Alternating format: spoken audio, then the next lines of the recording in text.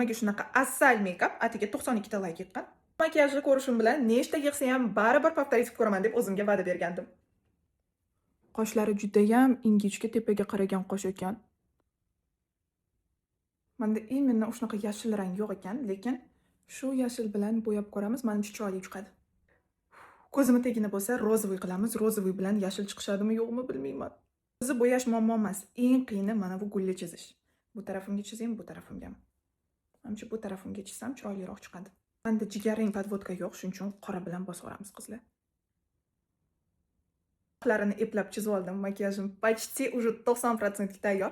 Endi mayda qilib gullarini chizamiz. Men bu rangni ishlataymi yoki bunisini? Yoki qizil ishlataymi? Hozir ko'raman buni. Menimcha rozoviysi bilan yaxshiroq chiqadi. Qizlar, bu makiyajga mos menda koftochka ham bor ekan. Bu rasmni tashlagan Shiringa katta rahmat, chunki agar ular bo'lmaganda men shunaqa shedevr yaratmagan bo'lardim. Shirin, 1 dan 10 gacha baholab ketish esingizdan chiqmasin. Keyingi makiyaj qaysi bo'lsin qizlar? Kommentariyada rasmini tashlaylik. Eng ko'p layk yiqqan rasmni, makiyajni men повторить qilib ko'raman.